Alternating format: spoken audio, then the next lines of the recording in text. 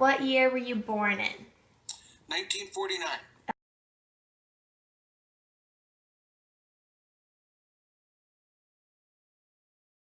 Where did you live during the Cold War? I lived in a suburb of Detroit, Warren, Michigan. Where you lived in Warren, did that transform at all during this Cold War?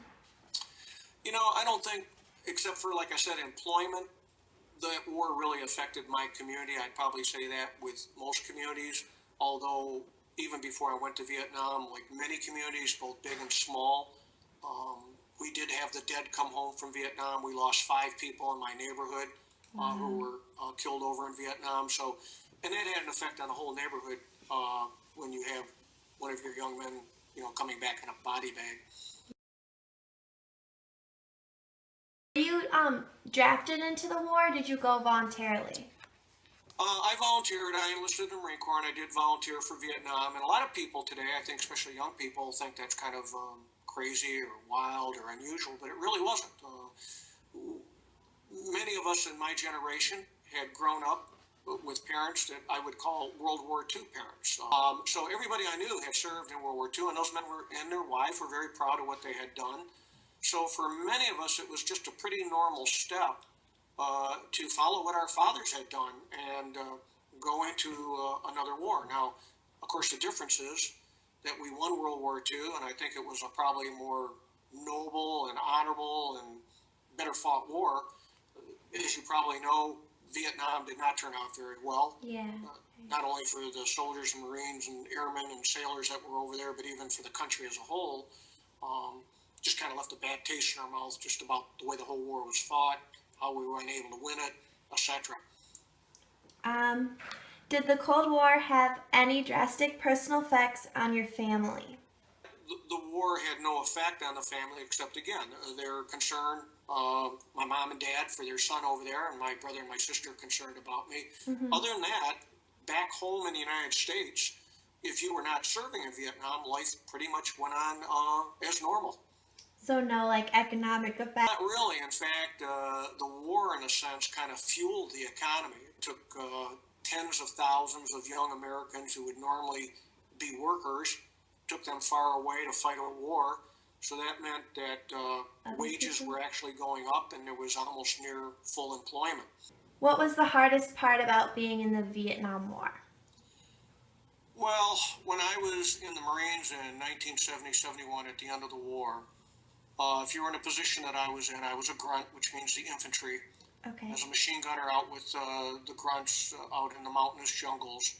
The terrain, the high heat of over 100 degrees almost every day. The monsoons, when they came, where it rained 24 hours, 7 days a week for almost 4 months. Wow. Jungle rot on your body, eating horrible food called sea rations, hacking your way through the jungle. This was the booby trap capital of the world at the time.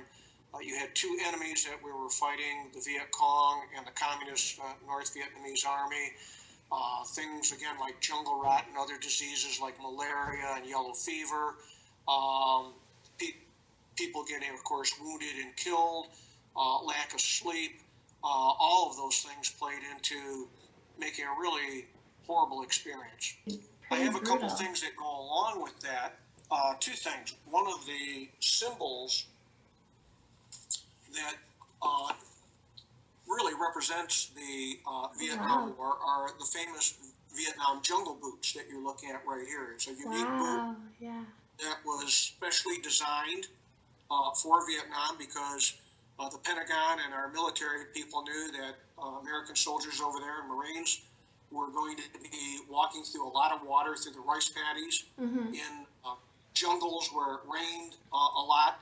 So the bottom part was leather, but the top part is the canvas where it was hopefully dry the boot out and then keep your feet dry a little bit longer so you wouldn't end up with a disease called immersion foot, jungle rot, and all kinds of other weird diseases that we ended up coming down with besides malaria over in Vietnam that most people have never heard of.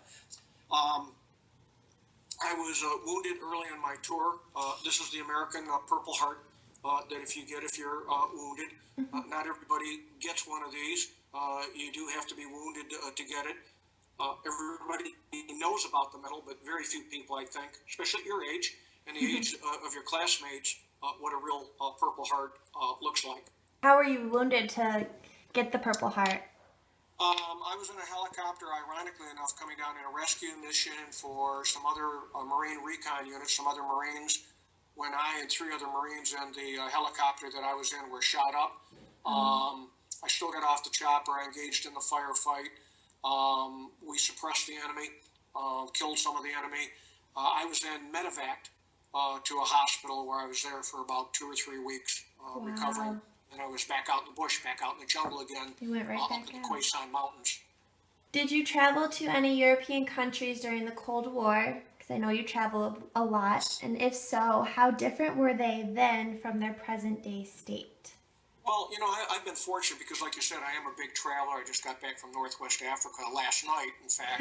And so I've had the opportunity that few people do to not only travel, but when we're talking about the Cold War and the Soviet Union, I had the opportunity of going to the former Soviet Union, Russia, and Eastern Europe when it was communist.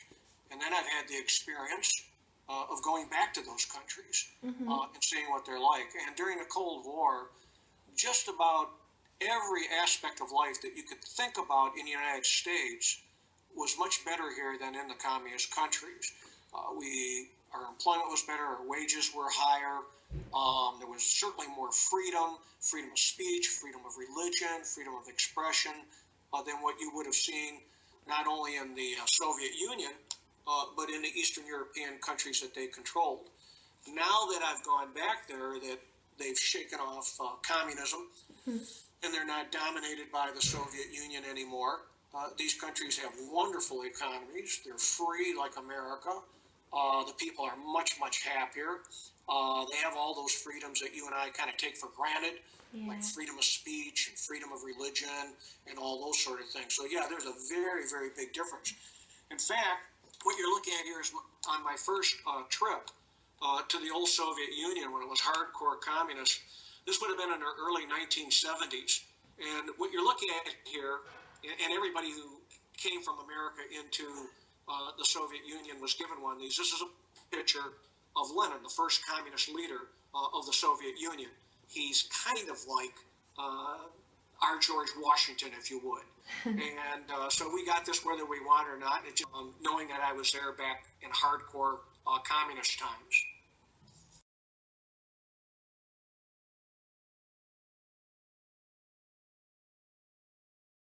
Which president of the United States do you think was the most successful in handling the difficulties that the Cold War presented? That's one of the hardest questions I could answer, but I have thought about it.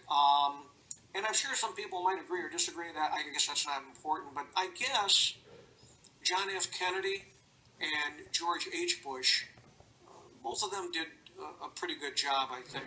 John F. Kennedy stood up to the Soviet Union, but did want peace. The Soviet Union was collapsing when Bush was president. I think, meaning Bush 1, George H. Bush. I think he did a pretty good job with his team, his cabinet, of doing everything they could to help the Soviet Union collapse peacefully, especially with all their nuclear weapons and everything. Yeah, so that was a risk. Yeah, I would lean towards those two presidents, I guess.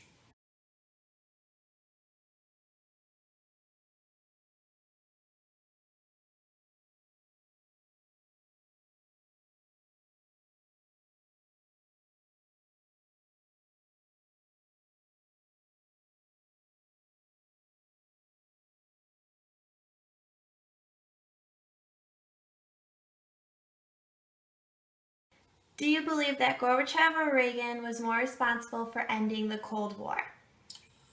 Well, in my opinion, it was definitely 100% Gorbachev. This is a very, very great man and a peacemaker. Gorbachev was a great man who did a lot for peace. Ronald Reagan, I don't want to criticize him, but I feel it's one of the great fairy tales on planet Earth that somehow Ronald Reagan ended the Cold War. He gave that famous speech that when he went to Berlin, he said in a speech, "Mr. Gorbachev, tear down this wall." Well, it's a nice little story, but the wall stayed up for 2 years after Ronald Reagan left. The wall actually came down under his successor, George H. Bush, on that. So, yeah, I say the overwhelming credit goes to Mr. Gorbachev. In fact, even many conservative journals would agree with me. Time magazine, which is a pretty conservative magazine, named Mr. Gorbachev. They only did this one time in the history of the magazine. It's almost 100 years old. And that is they made Mr. Gorbachev the man of the decade. Time magazine has always been famous. Each year they choose a man of the year. And all the great people that we've had throughout history, only once have they broken that rule and gone to the man of the decade, the full 10 years. And that was, of course, Mr. Gorbachev. But I think a lot of people forget to throw in that we had another great adversary, and that was Communist China, or Red China, who at that time was ruled by Mao Zedong. We not only were faced up against the Soviet Union, the largest country in the world, but Red China, or Communist China, which was the largest populated country in the world. At that time, 1 out of every 4 human beings on planet Earth lived in China. And they were the coaches, the backers, the supporters against America in the Korean War. In fact, they sent troops to fight Americans there.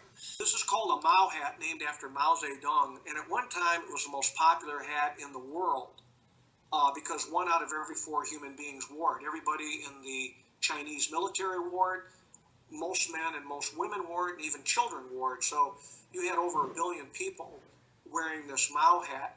And then also, kind of going along with that, I thought it might be interesting to you and your classmates, your teacher.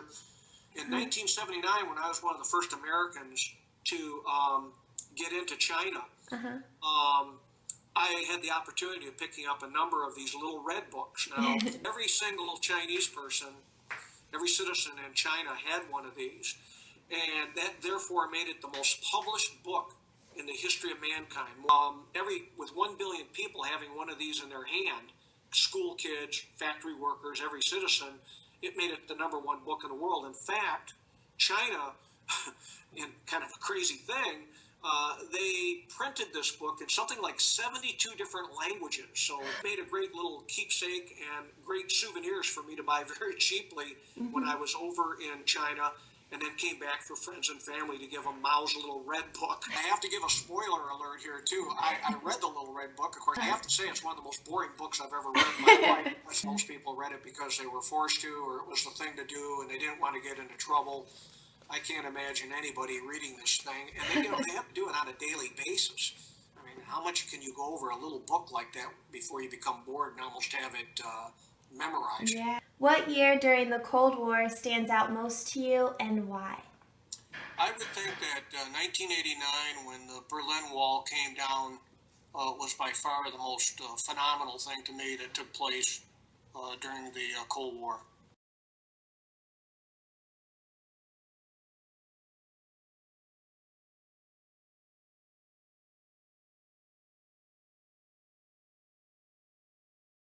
Well, it's been a pleasure doing it, and I hope this is a learning experience for you and your classmates. Oh, it definitely was. It's very interesting what you had to say. We are shooting for an A+, of course. Yes, we are.